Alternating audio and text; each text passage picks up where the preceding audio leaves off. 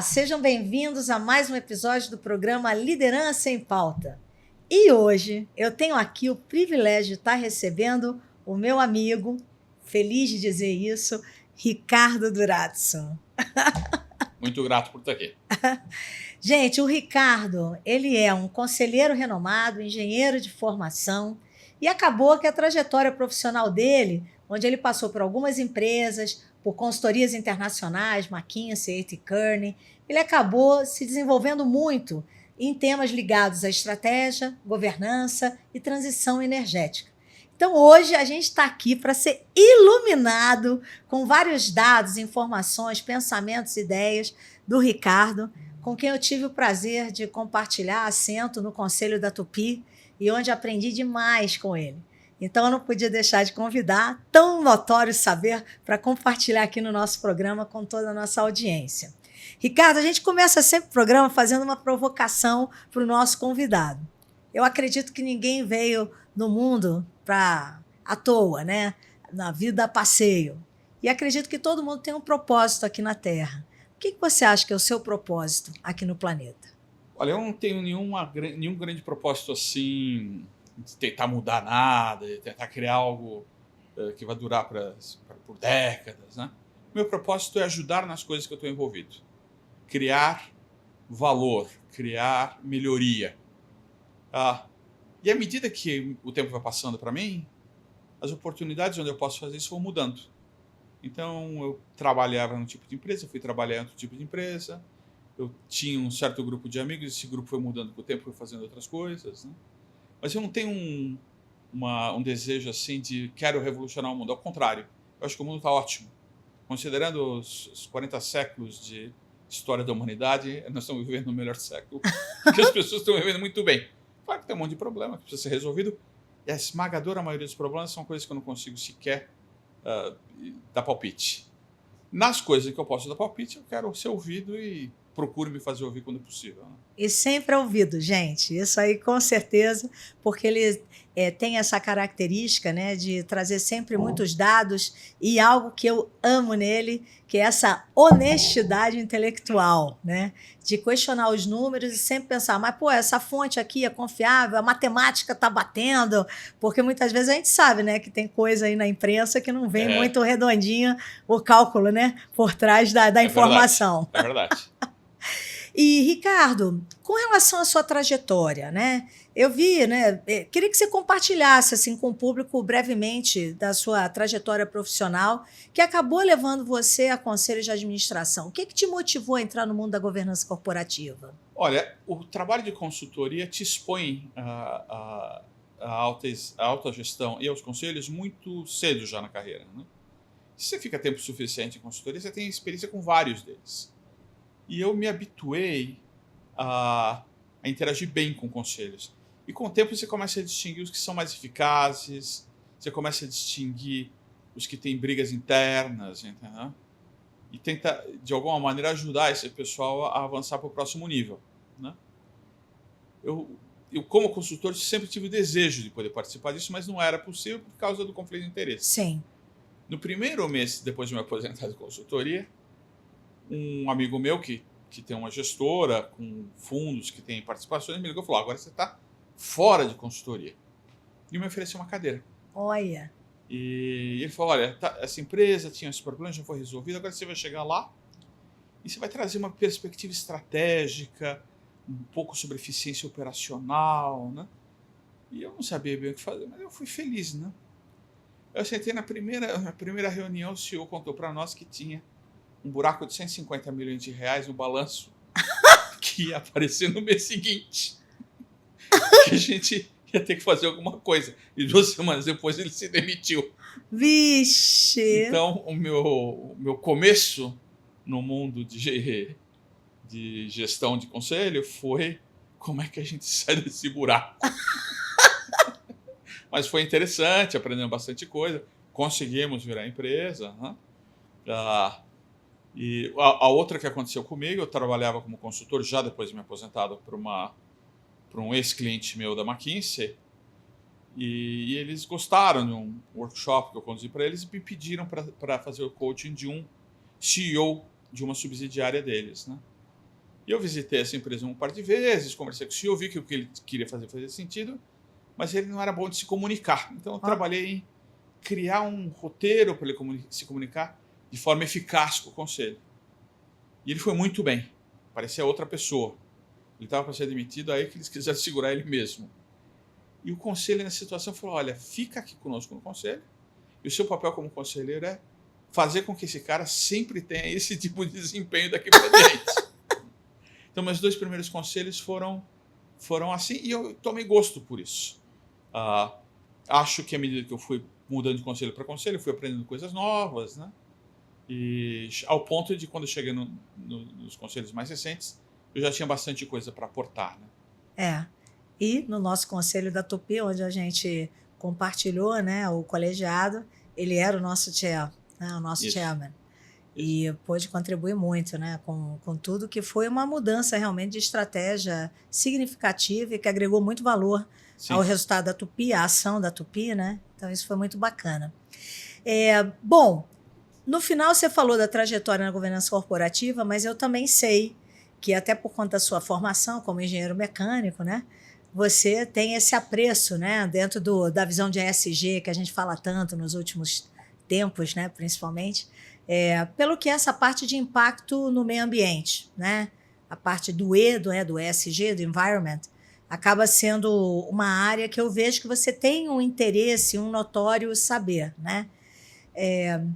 Como é que esses temas mais meio ambiente, especificamente de transição energética, como é que isso entrou na sua vida?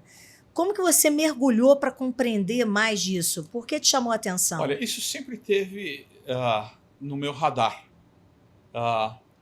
Eu comecei a me interessar por esse assunto já no 2º grau. Porque eu fui exposto ao efeito dos gases de efeito estufa no 2º grau. Era uma coisa que me preocupava do ponto de vista conceitual, mas não do ponto de vista prático, porque não havia muito o que fazer. Mas sempre esteve na minha cabeça. Quando eu comecei a carreira como engenheiro automotivo, essa questão começou a ficar mais importante. Os motores melhoraram muito desde aquela época, né? Desde a época que eu estava no 2º grau. E continuou a trajetória de melhoria. Então, por exemplo, na época que eu me formei, era comum você ter carros com carburadores. Os carros com carburador, eles têm um problema de emissões muito mais sério que os carros de injeção direta. Sim. E eu fui acompanhando o desenvolvimento tecnológico disso. Aí, uns 15 anos atrás, mais talvez, uns 25 anos atrás, começou uma campanha de se preocupar verdadeiramente com os gases de efeito estufa. E eu comecei a ler muito sobre o assunto. Eu também tive muitas discussões com clientes no setor automotivo sobre o que eles queriam fazer sobre isso. E entendi um pouco do que estava acontecendo tecnologicamente. Então, por exemplo, o Brasil desenvolveu os veículos flex, né? O veículo flex, o que ele tem de interessante é que ele tem uma taxa de compressão no motor muito mais alta que nos motores normais, né? A taxa de compressão mais alta, sobrealimentada, ela faz com que o carro emita menos. Olha. Né? Então o Brasil sempre esteve na vanguarda tecnológica para redução de emissões. Olha, né? Que interessante. E quando eu me aposentei na McKinsey, eu tive brevemente uma gestora. E essa gestora tinha uma posição de Tupi, né? E eu sabia exatamente o que a Tupi fazia já nessa época, né? E eu conversei muitas vezes com os executivos da empresa sobre coisas que eles tinham estar fazendo para o futuro para valorizar a empresa. Sim. E numa dessas conversas surgiu um convite para entrar no conselho do Tupi, né? E eu aceitei, eu passei a representar, eu fui apontado pelo BNDES, né, para uma dessas cadeiras. E assim que eu entrei, começaram a aparecer essas questões sobre qual é o futuro dessa empresa. Havia gente que dizia para nós: não, isso era 2015 mais ou menos, né? Você está entrando nessa empresa, mas em 2020 todos os carros vão ser elétricos e voadores, né? Por que você vai perder tempo com isso, né? E não era a visão que eu tinha, né? Nem tinha a visão de emissões que as pessoas habitualmente têm por lerem a empresa popular, né? Mas a gente estudou esse assunto com bastante profundidade. E a Tupi elegeu montar um conselho de estratégia que permitisse se aprofundar nesse assunto e pensar novos caminhos para o futuro, né? Então, para mim, foi uma progressão natural me interessar por isso. Entendi. E no final você está falando de um tema, né, que é esse tema de transição energética, que a gente sabe sumamente importante, seja para o desenrolar dos negócios, seja para o planeta, né, onde a gente vive. A gente sabe que a questão de emissão de CO2 tem um compromisso, né, do Acordo de Paris, de redução até 2050, por aí vai. Mas a gente sabe também que é um tema tratado com muito sensacionalismo, às vezes dados incorretos, né? Que eu sei que é uma coisa que, assim como me irrita, te irrita também, que a gente fica, pô, não é possível, ninguém está fazendo conta, né? Isso. O que você acha que pode ser feito para que esse tema seja tratado de uma maneira mais, eu diria, assertiva e não cercado desses mitos, sensacionalismos ou posições por um lado ou por outro, muitas vezes defendendo interesses? Então, olha, acho que a grande dificuldade é uma dificuldade de governança mesmo. Como tem muita gente interessada nesse assunto, você tem todo tipo de gente trabalhando nessa discussão. Gente que conhece coisas, gente que não conhece coisas, gente que não conhece nada, gente que quer fazer bagunça, gente que quer propagandear todo tipo de ideia. Né? E é muito difícil você obter uma direção nesse circo. Nós vimos agora o que aconteceu na COP28, que também foi uma bagunça, como sempre é. Né? Como ideia de criar um evento para conscientizar as pessoas que precisam fazer algo, até é razoável. Mas esperar que saia algo daí, muito difícil. Muito difícil você pegar... Você participou de vários conselhos como eu. Sim. Os conselhos têm que ter mais de 10 pessoas, já começa a ficar difícil você encontrar uma linha que dá para ir atrás. Isso. Né? Imagina, o Brasil sozinho mandou, sei lá, 1.600 pessoas para a COP. Né? Isso. Como é possível sair algo disso? Então, o que você precisava ter é alguma forma de permitir que gente tecnicamente qualificada possa discutir o assunto.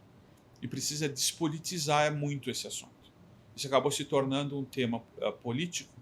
E o problema dos temas que se tornam políticos é que você não consegue ter discussões racionais em cima dele. Sim. Né? Isso é uma coisa séria. A outra é, a gente precisa fazer um trabalho melhor, não apenas de trabalhar melhor as soluções, mas de educar as populações, não só sobre a necessidade de mudança, mas também do custo da mudança. A adaptação da nossa civilização à energia verde, à sustentabilidade, à contenção dos gases de efeito estufa, vai sair caro. Por quê? Me fala um pouco dos números, assim, envolvendo isso. Ocorre o seguinte, tem uma razão pela qual os combustíveis fósseis são usados. Não é à toa que a gente usa combustível fóssil, a gente usa combustível fóssil porque ele é barato. Qualquer coisa que você vai tirar e pôr no lugar, vai ser mais caro. Entendi. Né? E se a gente decidir o que é fazer, vamos fazer. Mas se nós vamos fazer isso, nós temos que entender que vamos estar gastando dinheiro que estaremos gastando em outras coisas, né? Riqueza, não dinheiro. Sim. Em outras coisas, para ter esse objetivo. Então, a Arábia Saudita consegue tirar um barril de petróleo do seu subsolo por $7, entendeu? Considerando a quantidade de energia que tem num barril de petróleo, não tem nenhuma fonte de energia que vai conseguir ser mais barata que essa. Você, inclusive, no IBGC, você participou do congresso, né, há 2 anos atrás, em que você fez uma afirmação, né, de que, olha, no tempo que estão estipulando aí, vai ser impossível fazer a substituição de 100% de combustíveis fósseis por 100% de fontes renováveis de energia, né? Isso mesmo. E aí, na verdade, essa sua afirmação, que eu já ouvi em algumas reuniões nossas de conselho, né, tem por trás um pouco de matemática. Isso. Eu queria que você compartilhasse aqui, assim, quais são os números, por que essa substituição até 2050 matematicamente é inviável? Tá bom.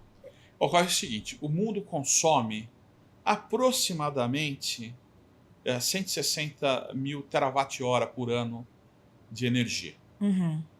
Esse número, se você usar numa outra medida, que é milhão de tonelada equivalente de óleo, MTOE, dá 14.400. Ok. É um número mais fácil de mexer. Né? Cresce mais ou menos 2% ao ano. Tá? Dos 14.400, 11.700 é combustível fóssil. Já é a esmagadora maioria. Certo. Tá? E o resto, em larga medida, é energia nuclear e hidráulica. Certo. Né? E toda essa festa em torno das turbinas eólicas e solar, eles são imateriais. do ponto de vista da geração global, eles geram menos de 2% da energia global e continuará sendo o caso por muitos anos. Ah, é? Porque essas fontes elas são fontes de baixa densidade. Você já tentou fritar um ovo no sol? Põe numa frigideira e põe no sol para ver se frita. Não tem energia suficiente para você conseguir fritar um ovo. Entendi. Então você precisa de áreas enormes para conseguir coletar toda essa energia solar ou toda essa energia de vento. Mas vamos voltar para o número. 11.700 MTOE, milhões de toneladas de óleo equivalentes. Então eu tenho que eliminar isso nos próximos 30 anos. Pela matemática lá do 2050. Pela matemática de chegar em 2050 com isso zerado. Né? Felizmente, por uma feliz coincidência, tem 11.600 dias entre 31 de março de 19, 31 de dezembro de 19 e 31 de dezembro de 50. Então a única coisa que eu preciso fazer é eliminar 1 MTOE por dia de fonte fóssil por uma fonte renovável. Quanto é um MTOE? Bom, qualquer coisa que seja milhões de toneladas deve ser muito. É muito. É muito. Então, para dizer para vocês quanto é, mais ou menos uma usina e meia nuclear grande por dia. Ou 3.500 turbinas eólicas por dia. Ou 1,5 milhão de painéis solares por dia. Que você tem que botar funcionando. Que você tem que botar, parar de queimar óleo, queimar carvão e botar isso funcionando. Porque essas são fontes limpas. Né? Ou, se você for usar o hidráulico, você tem que fazer um Itaipu por semana. Itaipu demorou uma década para acontecer no Brasil, assim como Três Gargantas demorou uma década na China. Nós temos que fazer uma dessas por semana, todas as semanas dos próximos 30 anos, para conseguir eliminar as fontes fósseis. Quando você fala nós, é nós qualquer país, humanidade. Isso, nós temos uma humanidade. Não vai acontecer. Nós precisaríamos ter 30 milhões de turbinas eólicas funcionando em 2050 para eliminar toda a energia fóssil. Demorou 30 anos para a gente conseguir fazer 300 mil. Nós vamos fazer 30 milhões nos próximos 30 anos? Truco, não vai acontecer. Você tem que fazer 1 milhão de turbinas por ano? Não vai acontecer. Cada turbina consome 900 toneladas de aço para fazer. 2.500 toneladas de concreto, que mais ou menos dá aí 1.000 toneladas de cimento. Se você fizer 1 milhão de turbinas por ano, você tem que ter 900 milhões de toneladas de aço só para fazer turbina. Isso é metade da produção mundial de aço. É mais do que a China produz de aço. Então, tem limitações físicas que os ativistas apaixonados nem sabem que existem, porque são ativistas apaixonados, gente que não faz conta. Nós vamos gastar metade da produção mundial de cimento para montar essas turbinas? Outra coisa, aço e cimento não é pão de ló. Não é pão de ló. Emite uma barbaridade de CO2 para fazer. O que significa que cada turbina dessas, você tem que operar pelo menos 8 anos para ela conseguir amortizar o investimento em CO2 que você fez nela. E quanto elas duram? Teoricamente durariam 20 anos, né? Mas elas não chegam nisso, chegam a 12, 10. Tem reportes que na Alemanha estão chegando a 8. Olha. Quer dizer, ela dura o tempo para amortizar aquilo ali. Não adiantou muito. Nós precisaríamos ter 18 mil reatores nucleares no mundo para fazer essa substituição. Nós temos 440. E o número está diminuindo, não está subindo. Então, quando você olha o panorama nos próximos 30 anos, se você é honesto a respeito e faz conta, você descobre que é impossível que isso aconteça, mesmo que houvesse a coordenação entre os países para que isso ocorresse. Essa coordenação não existe. Entendi. E vai ser muito difícil a gente ver isso acontecer. Mesmo os mais fanáticos pela eliminação de gases de efeito estufa fazem projeções para 2050 em que as chamadas energias renováveis, e aqui eu já estou incluindo inclusive eólica e nuclear, elas não conseguem fazer mais do que 40% da nossa demanda. Porque tem a segunda coisa, né? Tudo isso que eu estou falando é se a gente tivesse parado no patamar de 14.400. Nós não estamos, está crescendo todo ano. O mundo cresce, né? Em necessidade de energia. Exatamente. Então, quer dizer, não é só resolver o que já tem, é dar conta de fazer a mais para compensar o que vai crescer. Porque também, se não fizer, países pobres pagarão a conta, muito Sempre provavelmente. Vai ver. Porque o que acontece é que os países ricos entraram numa situação que eles conseguem se ajustar, aumentando eficiência, eles se arrumaram para isso. A Índia não, a África não, a China definitivamente não. A China entrou no mood de fazer 1000 usinas a carvão a partir de 2020, né? E continuam fazendo. A China já foi a primeira vez o seguinte, para mim não é 2050, vai ser 2060. A gente sabe que nem 2060 vai resolver. Entendi. Esse problema é um problema sério. Você pode até crer ou não que ele existe, mas vamos admitir que todo mundo acredita. Mas ele é um problema para ser resolvido em século, não em 30 anos. É isso. Você fala o seguinte, olha, no final desse século a gente vai ter conseguido mexer? Talvez. Mas precisa pôr mais 50 anos em cima. Mas eu acho também, e a gente sempre conversou muito sobre isso, que quando a gente fala dessa substituição de combustível fóssil por fontes renováveis, isso é uma maneira de você evitar geração ou jogar CO2 no ambiente. A gente sabe que também pode ter algumas surpresas tecnológicas de novas tecnologias que tirem e roubem CO2 do ambiente. Isso. Que algumas linhas de pesquisa vão nessa direção, não, Isso. Ricardo? E, de fato, ela é absolutamente necessário. Se a gente parasse totalmente de jogar CO2 no ambiente, já não seria bom, porque o que importa não é quanto você está jogando cada ano no meio ambiente. É o estoque total de CO2 na atmosfera, CO2 equivalente. Né? Uhum. Esse estoque já está alto. Então, em algum momento, nos próximos 30 anos, algumas dessas tecnologias de captura de carbono devem começar a ser usadas para trazer esse carbono de volta para a Terra de alguma forma. A tecnologia mais óbvia para isso é plantar árvores. Infelizmente, a gente precisaria de uns 5 planetas de área para ter as árvores necessárias para capturar tudo isso. É mesmo, Vocês terem que fazer outras coisas. Tem muitos estudos, por exemplo, que procuram capturar esse carbono e injetar em poços secos de petróleo, injetar no solo em alta profundidade sob pressão. Entendeu? É que é caro isso. Mas eu creio que se a gente conseguisse acertar nisso, vai ser uma linha de negócio muito promissora no futuro. Sim. A gente tem que taxar o carbono, cobrar pelo uso de combustível, porque o combustível vai continuar sendo usado, pegar esse dinheiro e jogar na mão de pessoas que pegam esse carbono da atmosfera e enterram. Essa pode ser uma alternativa interessante, que aí está coordenado o esforço, Isso. que é muito do que você está falando, que é a governança disso tudo, né? Isso. A dificuldade, o que é? São muitos países com interesses não alinhados, momentos diferentes da sua história, né? E tem um problema sério que tudo isso tem que passar pela política de cada um desses países. Sim. Ninguém tem coragem de falar as coisas que precisam ser ditas. Por isso que eu estava dizendo, é importante informar o público do custo disso. As pessoas precisam saber que vai custar caro descarbonizar. Ou fala o seguinte, esquece a descarbonização e vamos liberar geral. Mas elas precisam saber. E quanto caro vai ser? Vai ser bastante caro. O que significa isso? Significa que a gasolina tem que triplicar de preço. Significa que o diesel tem que triplicar de preço. Significa que a sua energia elétrica, que é feita numa usina térmica, tem que ser muito mais cara. Ninguém quer pagar por isso. Você imagina o nosso presidente Lula, que protesta quando a gente aumenta o preço da gasolina, dizendo o seguinte, pessoal, nós vamos aumentar o preço, vamos triplicar o preço da gasolina. E não é o Lula. Eu estou pegando o presidente brasileiro, mas o presidente americano tem um problema. O Biden fez até pazes com a Venezuela para baixar o preço da gasolina nos Estados Unidos.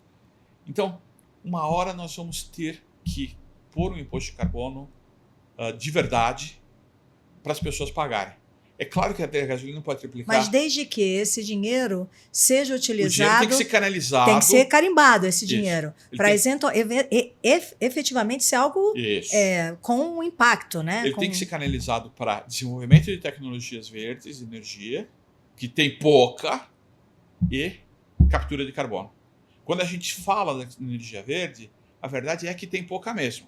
As turbinas eólicas e a energia solar, eles vão ser sempre atores de fundo, né? Vão ser participantes do filme, mas não vão ser protagonistas. Eles não têm como. Não há espaço no mundo suficiente para você espetar turbina eólica suficiente para gerar essa energia. Tem exemplos, inclusive, com números que são interessantíssimos, mas não cabe nessa discussão. Mas é uma coisa assim, vocês teriam que cobrir a Rússia inteira para lidar com o aumento de energia na próxima década, entendeu? Só dá para fazer isso com energia nuclear. com energia hidráulica. Sim. E mais nada, não tem outra coisa que a gente possa usar. Nós precisamos pesquisar mais. E essa questão da energia nuclear, né, muitas das conversas que até fora daqui a gente já teve, né, a gente sabe que alguns eventos no mundo, Chernobyl, né, foram muito dramáticos em também botar assim, um selo de que isso não, de jeito nenhum. A litigância, né, eu diria, de alguns partidos, né, principalmente na Alemanha, faz com que isso seja algo difícil de crescer, esse tipo de energia. Em compensação, a gente já vê a França com uma abordagem completamente diferente com relação à energia nuclear, certo? A França, na realidade, fez isso por uma razão que não era as emissões. Nos anos 70 houve 2 choques de petróleo e eles se deram conta de que eles eram excessivamente dependentes do petróleo árabe. Então eles fizeram um programa nuclear nos anos 70, onde ainda não era tão controverso, e hoje 90% da energia elétrica deles vem de usinas nucleares. Isso melhora muito a matriz energética deles. Na Alemanha, a gente tem um problema que o partido que hoje está no poder foi criado para combater energia nuclear. Então é muito difícil para eles admitirem que tem que ser a solução. Então eles estão fazendo uma coisa que é um contrassenso. Eles estão tentando limpar a sua matriz energética construindo usinas a carvão. Isso nunca vai acontecer. Nunca vai acontecer. Nunca vai acontecer. E mais, tentando obrigar as pessoas a usar carro elétrico.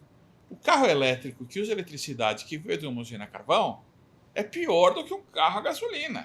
Essa era uma pergunta que eu queria entrar. A gente vê muito buzz envolvendo aí carros elétricos como sendo a solução. A maneira, né, parece, como a gente escuta, assim, não, isso é a solução.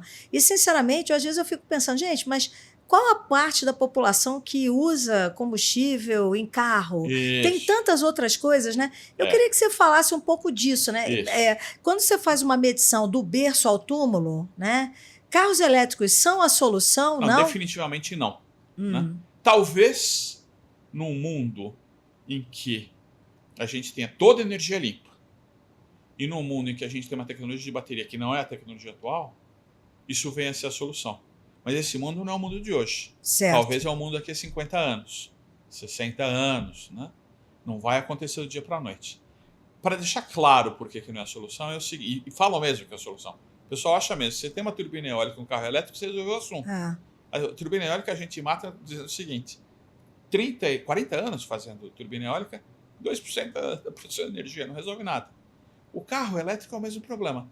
Todos os carros de passeio do mundo juntos emitem mais ou menos 6% dos 51 gigatoneladas de CO2 que a gente lança na atmosfera todo ano. Sim. 6%. Só 6. Só 6. Significa o seguinte, você tem 94 para lidar. Não se você usar carro elétrico, se o pessoal parar de usar carro e começar a andar a pé, você só vai 6%. Uhum. É um 6% importante, claro. Precisa fazer alguma coisa a respeito. Mas não é que você põe o carro elétrico e 6% some, não. Porque o carro elétrico também tem emissões. As pessoas não se dão conta disso, mas exatamente como você falou.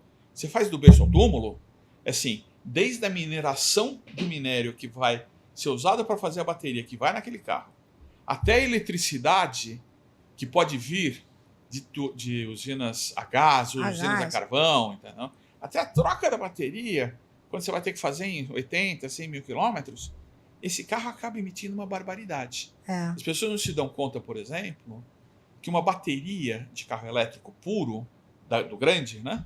A bateria grande, ela emite algo entre 9 e 20 toneladas de CO2 para ser construída e montada. Olha. Um carro a passeio normal, ele emite ao longo da vida dele mais ou menos 35. Então é o seguinte, o carro elétrico já sai da fábrica com mais de metade daquela energia na sua bateria. Só na bateria. Se ele tiver a sorte de estar na França ou na Islândia, aí que tem energia limpa, isso. Ele vai amortizar essas 20 toneladas ao longo da vida dele. Sim. Se ele for criado na Alemanha, onde a energia vem do carvão, ele começa nas 20 toneladas e termina muito pior que o carro a combustão. Você sabe que eu sei desses dados todos que ele está falando aqui, gente, e o que é surpreendente é a gente não ver essas abordagens de uma maneira estruturada numa mídia, né, ou numa comunicação mais ampla ao público em geral. A gente tem essas conversas estruturadas em públicos mais selecionados. Isso. mas em conselheiros eu vejo muitos sabendo exatamente. Ou então, também tem muitos que só leem a imprensa mais popular, vamos chamar assim. Mas assim, eu acho muito importante trazer esses raciocínios, essas análises para cá. Até porque existem outras alternativas de soluções, né, para diminuir o quanto a gente joga de CO2 na atmosfera, que não é só carro elétrico. Passa, por exemplo, em foco em algumas indústrias ou algumas iniciativas. Isso, exatamente. Eu queria que você desse alguns dados, então, né? Só para terminar a questão do carro. O carro, quando a gente fala no carro elétrico, as pessoas pensam no carro elétrico a bateria, que só tem bateria. Mas o carro híbrido também é elétrico. Sim. Esse carro, ele tem uma vantagem que é a seguinte, a bateria dele é pequenininha. E ao invés de ter uma bateria de 600 quilos, ele está com uma bateria de 40 quilos. Então a emissão para a construção disso é muito menor. E um carro que tem um motor de combustão pequenininho, com a bateria pequena do lado dele, ele trabalha muito melhor nas emissões, porque o motor, ele, por estar ligado à bateria e não diretamente à roda, ele trabalha numa faixa muito eficiente do uso de combustível para alimentar a bateria.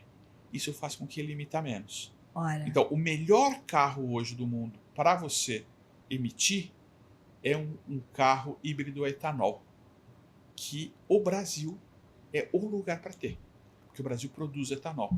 O etanol ele é, por natureza, renovável, então, no ciclo da vida dele, ele emite muito pouco, e a bateria pequenininha não tem essa emissão grande. Olha. Então, para te dar uma noção, o carro normal emite algo como 160 gramas de CO2 por quilômetro rodado. O carro elétrico, na Europa, dá mais ou menos 95. O carro brasileiro, a gasolina, já emite 87. Você fala, mas onde é que vem esse 87? Por que é tão baixo? Porque a nossa gasolina é batizada com álcool. Começa daí. Já começa aí. Lá fora não é assim. Não é assim, a gasolina é pura. É. Né? O elétrico no Brasil já cai para uma coisa da ordem de 70, porque a nossa energia é limpa, né? O elétrico puro. Se você puser um híbrido etanol no Brasil, 27. É muito menor do que qualquer elétrico a bateria pode fazer. Essa é uma das razões pelas quais a gente vê, em alguns lugares no governo brasileiro, uma preferência por desenvolvimento de carro etanol. Isso. Por desenvolvimento de carro híbrido. Essa preferência é bem fundamentada. Bem fundamentada. Tem a gente está vendo isso no estado de São Paulo, onde o governador defende isso bastante. Qual que é o problema? Você precisa ter um sistema tributário que permita que as pessoas usem álcool. Sim. Porque se você sobretaxa o álcool em relação à gasolina, não vale a pena. Né? É isso. E aqui volta a questão de você cobrar o imposto sobre o carbono. Ninguém gosta de falar sobre imposto de carbono. O pessoal gosta de fazer, vamos fazer carbon trade. A gente compra créditos de carbono. O crédito tem que ser criado em algum lugar. É parar de usar. Tem que parar. E para parar de usar, você tem que tornar o uso do carbono caro. Falando das outras indústrias. A indústria siderúrgica sozinha... porque você falou, ó, do que é lançado na atmosfera de CO2 anualmente, 6% é carro. Isso. Da onde vem os outros 94%? Então, um pedaço grande vem de algumas indústrias muito específicas. Então, siderurgia, cimento, petroquímica e plásticos emitem mais ou menos 20% sozinhos. Quase 25% sozinhos. Olha. A siderurgia sozinha faz 7%. Olha. E a indústria de cimento sozinha faz 8%. São mais do que os carros. No caso da siderurgia é um problema sério porque o uso de carbono é parte integrante do processo de fabricação de aço. Sim. O aço é essencialmente uma solução sólida em que você dissolve carbono dentro de uma matriz ferrosa. Né? E aí, como você dissolve o carbono? Você tem que tirar o excesso, você tira o excesso jogando oxigênio e gerando um monte de CO2. Né? Não é uma coisa fácil de mexer. Tem gente na indústria estudando aço verde. Eu mesmo trabalhei com algumas empresas siderúrgicas trabalhando nesse assunto. Mas a tecnologia para a gente começar a descarbonificar a siderurgia, eu acho que ainda está uns 20 anos para desenvolver. Porque os caminhos não são claros. Não são claros. Não são claros. Muito tem se falado também sobre hidrogênio, né? Como uma nova fonte. O que você pensa sobre hidrogênio? Então, o hidrogênio é uma coisa interessante se você consegue fazer com energia elétrica limpa. Certo. Então, com energia elétrica limpa, você pode fazer um processo de arrancar das moléculas de água o hidrogênio e o oxigênio. Sim. Esse hidrogênio é limpo. E ele, ao queimar, ele não produz CO2, ele produz água. A água também é um gás de efeito de estufa, mas é um gás de efeito de estufa de ciclo rápido, então não faz diferença. Entendi. Ela sobe e desce como chuva, acabou. Né? Então, é muito promissor, particularmente para fontes móveis. Porque se nos carros de passeio ainda dá para ter soluções híbridas, com bateria pequena, motorzinho pequeno, até uma bateria elétrica, em veículo comercial não dá. Não dá, em caminhão, trator. Né? Porque o cara tem que movimentar um peso tão grande que ele precisa de um calor, né, de um valor calorífico muito elevado. Exatamente. E ele trabalha o tempo todo. O carro ele trabalha 2 horas por dia. Sim. O caminhão trabalha 14 horas por dia. Né? Isso. Então, isso é uma dificuldade muito grande. E o que acontece nesses veículos é que o tamanho da bateria cresce muito mais rapidamente do que o tamanho do carro. Sim. Né? Então, é quase uma relação quase quadrática. Chega num momento, entendeu, que o peso inteiro do carro é só bateria. Então, não dá para fazer. Não dá. Nós vamos ter que continuar queimando alguma coisa para poder usar esses veículos. O ideal seria queimar hidrogênio, porque o hidrogênio produz energia de forma limpa. Né? Quais são as dificuldades aqui? O primeiro é que o processo de eletrólise, que é a separação das moléculas de água, é caríssimo. Caríssimo, não é uma coisa simples. A maneira mais fácil de produzir hidrogênio é através de um processo químico em cima do carvão ou do gás natural. Sim. Esse processo, lamentavelmente, gera CO2. É isso. Então, tem gente que quer produzir hidrogênio por esse processo e enterrar o CO2 gerado, porque como ele está sendo gerado em um lugar concentrado, né? Você pode fazer de tal forma que você faz a captura antes dele ir para a atmosfera. Sim. E enterra o CO2 ali. Entendi. Esse tipo de hidrogênio é chamado de hidrogênio cinza. O outro é chamado de hidrogênio verde. Tem várias cores.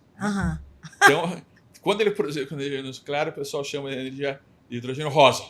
Olha! E o ideal é que ele seja feito com energia limpa. Então, falando novamente, por exemplo, das turbinas eólicas. O Brasil tem um potencial de produção de energia eólica muito grande no Nordeste. Sim. Também solar. E não é que não serve em todo lugar, em alguns lugares funciona. Lamentavelmente, o Nordeste brasileiro não tem como consumir tudo isso, porque o consumo está todo no sul e sudeste. Então, é um lugar bom para você pôr uma usina de hidrogênio, porque você pega essa energia limpa que está sendo gerada, joga essa energia na usina de hidrogênio e transporta esse hidrogênio. E de noite? De noite não funciona. Mas de noite não funcionaria de qualquer maneira. Sim. Entendeu? Mas a usina Olha consegue que funcionar. interessante. O Brasil tem um grande potencial de ser um grande produtor de hidrogênio para o mundo. Sim. O hidrogênio tem um problema, como eu falei, que ele é caro. Tem um segundo problema sério, é que ele é muito leve. Então, para você conseguir quantidades suficientes de hidrogênio para você gerar energia, você precisa ou trabalhar com um volume gigantesco, e não faz sentido, ou trabalhar com ele sob pressão. E pressão de verdade, coisas da ordem de 700 atmosferas. Né? Então você precisa de um vaso de pressão forte para segurar esse hidrogênio sob pressão. E isso é um pouquinho perigoso. Sim. Tem um terceiro problema com o hidrogênio. Ele é ineficiente do ponto de vista energético. Você tem que pôr 1000 de energia na ponta para sair com 300 de energia no hidrogênio. Mas isso é inerente do processo de fabricação, não há algo que se possa fazer.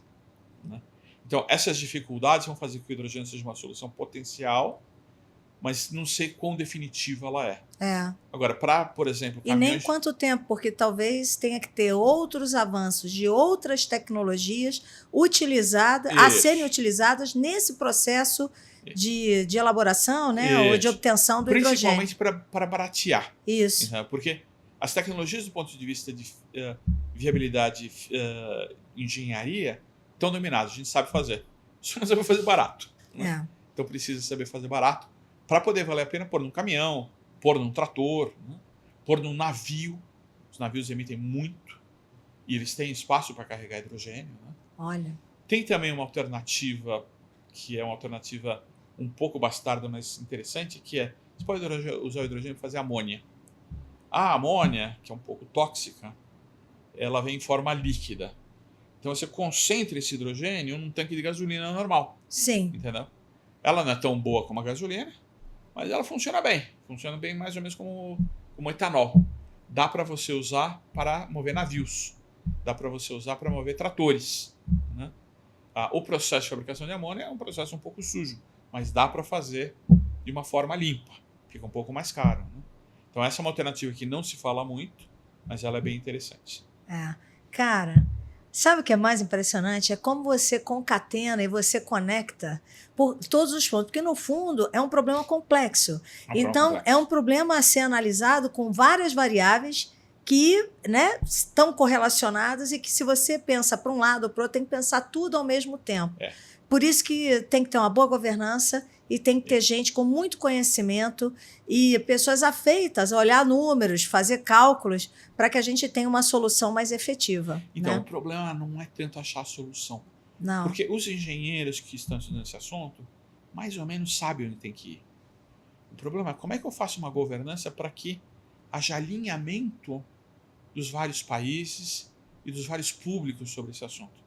E, principalmente, como é que eu informo a população em geral para que eu tenha consentimento para seguir nessa direção. Porque sem o consentimento do público, não dá para fazer.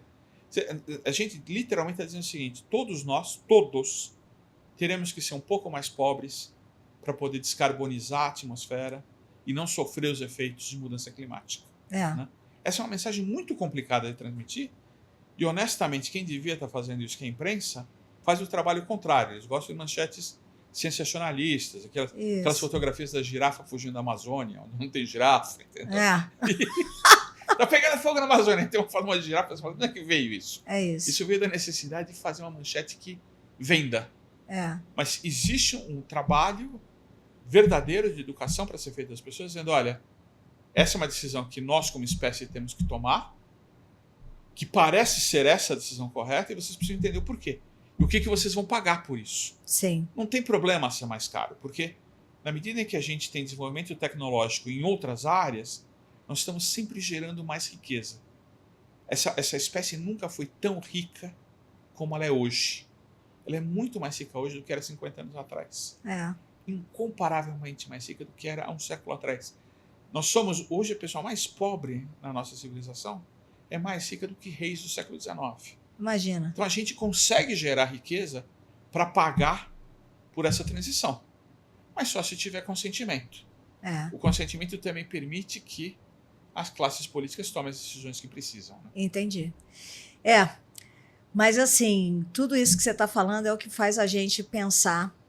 E aí você trouxe um tema, que é um tema importante dentro do ESG também, que é o S, que muitas vezes a gente não fala, que é essa questão de desigualdade social, desigualdades de uma maneira geral, né? E na Tupi, né, a gente, quando você estava como chairman, a gente acabou ganhando lá um selo, né? O Women on Board, porque a gente, no nosso conselho de 9 pessoas, éramos 3 mulheres, 1/3, né? Algo muito interessante no quesito diversidade de gênero em conselhos, né? A gente sabe que o tema diversidade ele é importante, mas eu queria ouvir a sua opinião, né? Como que você pensa o tema diversidade e o real impacto desse tema, ou desse ponto, diversidade, nos negócios? Olha, a diversidade é importante na medida em que você traz novas perspectivas para o debate. Né? Então, gente que tem experiências diversas ao longo da vida acaba aprendendo coisas que outras pessoas não aprenderam. Então, sempre que você traz um grupo mais diverso, você traz essas novas perspectivas para o debate. Isso é útil. Ele, inclusive, ataca um problema sério, uma decisão chamada groupthink, que é pessoas muito parecidas tomando decisões de forma muito parecida. Né? O problema com a diversidade se torna um fim em si mesmo e acaba se tornando um risco ao fazer isso. Né? Eu fui, por formação, né? Eu fui educado numa escola de acreditar muito em meritocracia.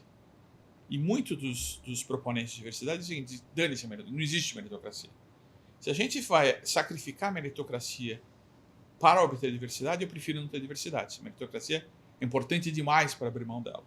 Agora, criar mecanismos para que a gente crie oportunidades para que grupos diversos possam participar mais dos processos decisórios, eu acho uma coisa positiva. Também. Eu devo dizer o seguinte... Que são algumas ações afirmativas, né? Importantes. É uma coisa do tipo, olha, vamos criar um programa especial para falar com as meninas nas escolas, entendeu? Vamos criar um programa em que a gente possa fazer uma ação pontual do ponto de vista étnico-racial, entendeu? Mas não vamos jogar fora, pela janela, a meritocracia, porque isso é um risco. Sim. Definitivamente não vamos trabalhar com cotas. Porque o uso de cota, na realidade, obriga você a congelar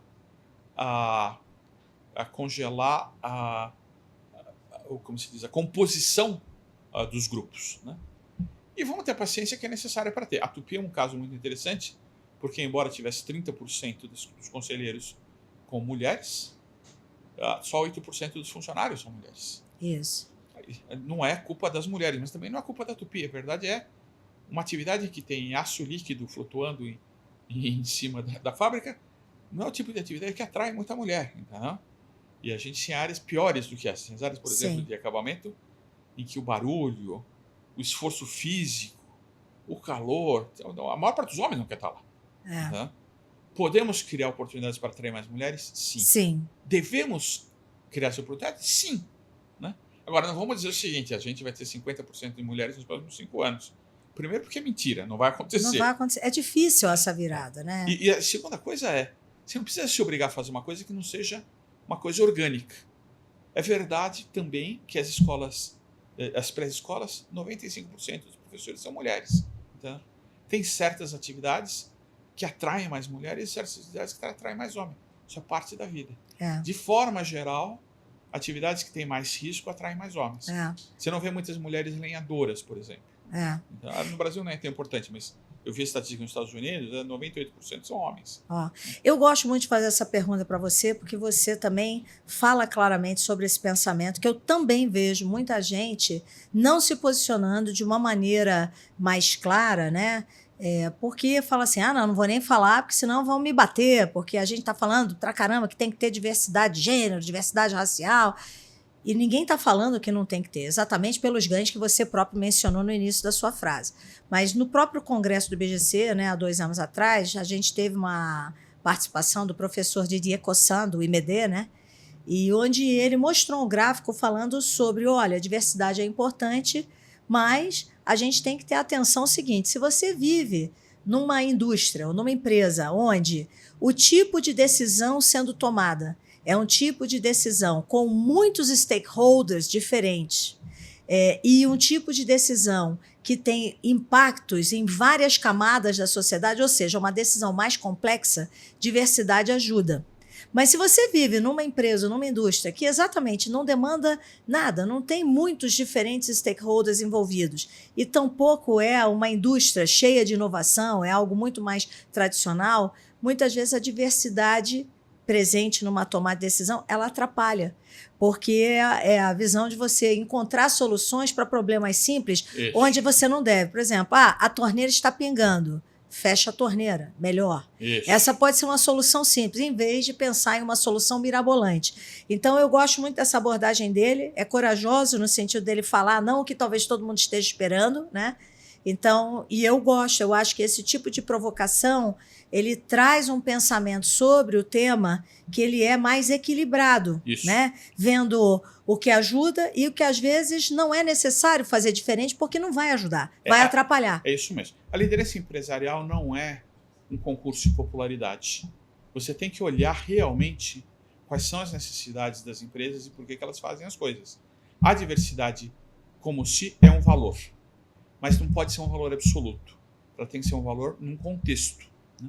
No nosso conselho, por exemplo, eu lembro que num dos nossos debates, né, aí alguém estava dizendo para nós queremos ter mais diversidade porque a gente tem que refletir as necessidades dos nossos clientes. Né? Na medida que a gente tem mais diversidade, os clientes são mais bem representados. Né? E eu fui obrigado a apontar o seguinte, nossos clientes são engenheiros automotivos homens, em grande maioria, né? Será que a gente quer pôr um conselho que só tem engenheiro automotivo homem? Talvez não, né? Não. Aquela empresa, ela não é um supermercado, por exemplo, ou uma empresa de varejo. Ou de moda. Ou de moda, onde esse tipo de coisa pode fazer muita diferença, entendeu?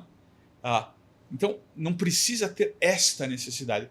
Significa que você precisa abrir uma universidade? Não. Se você pode ter, tenha. Né? E desde que tenha também com pessoas que consigam trazer pensamentos diversos na discussão. Isso. Né? Outra coisa é, você não deve abrir mão de competências para ter representatividade de identidade.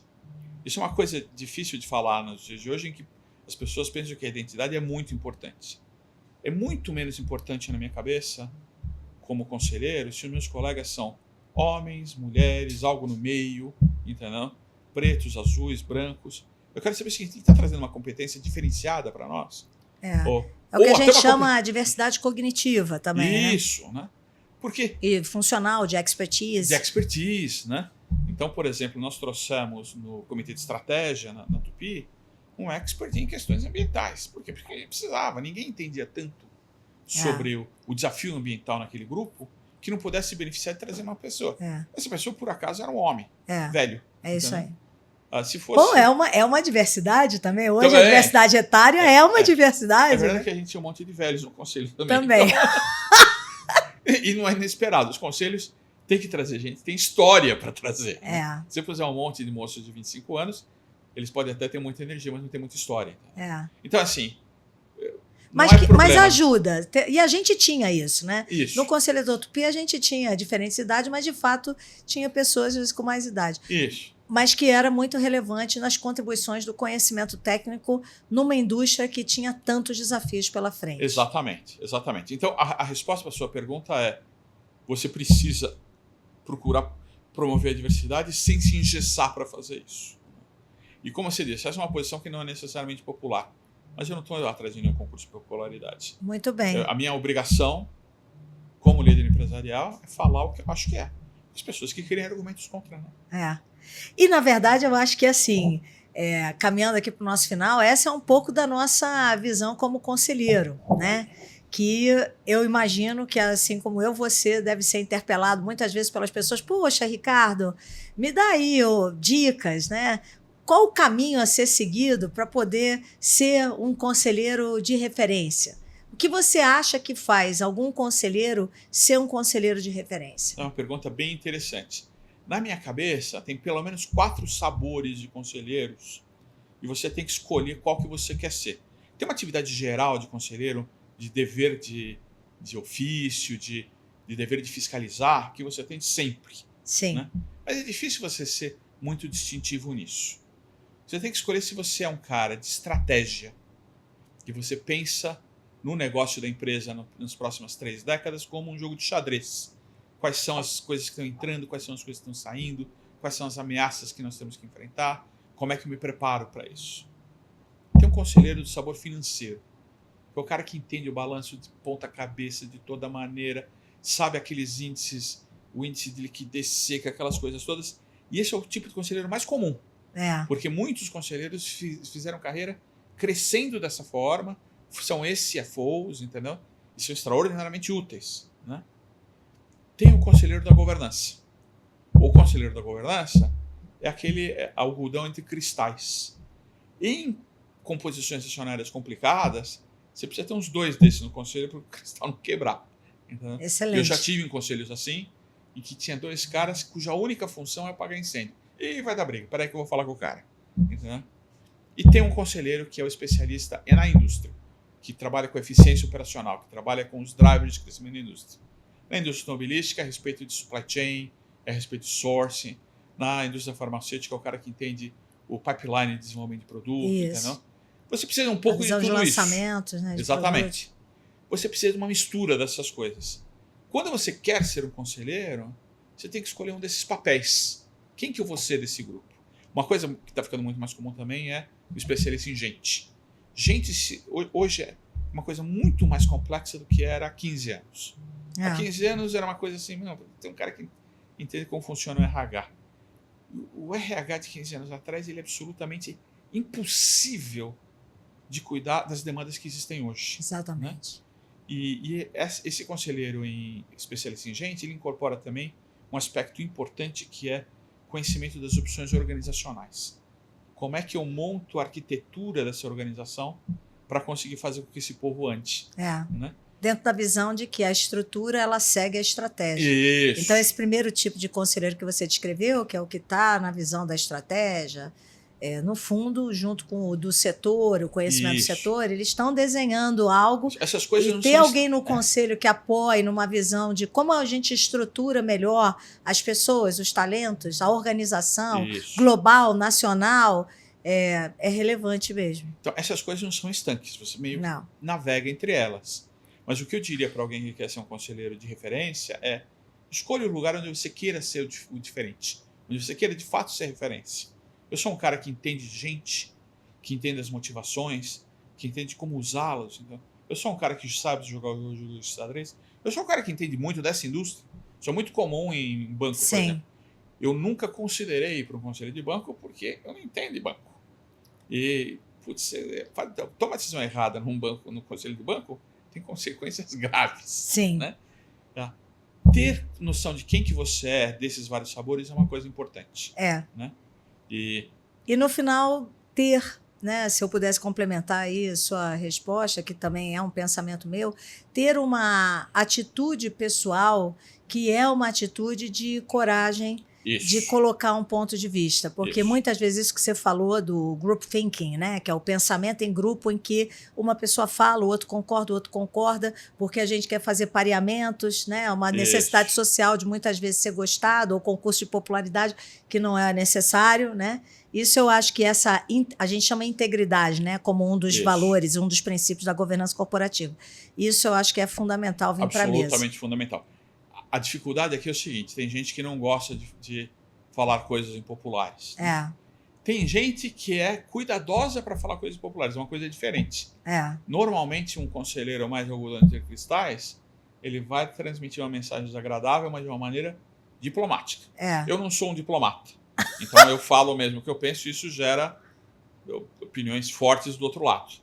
Mas eu reconheço muito o valor do diplomata na discussão. Sim. De trazer essas perspectivas diferentes. Interessante você ter falado isso. O conselheiro não tem o direito de fazer, ele tem a obrigação de fazer isso. Em consultoria, na McKinsey, por exemplo, McKinsey tem vários valores e tal, que não vale a pena mencionar aqui, mas tem um deles que é muito importante, que é the obligation to dissent, a obrigação de discordar. A obrigação de discordar não é para os sócios, que são poderosos e podem discordar.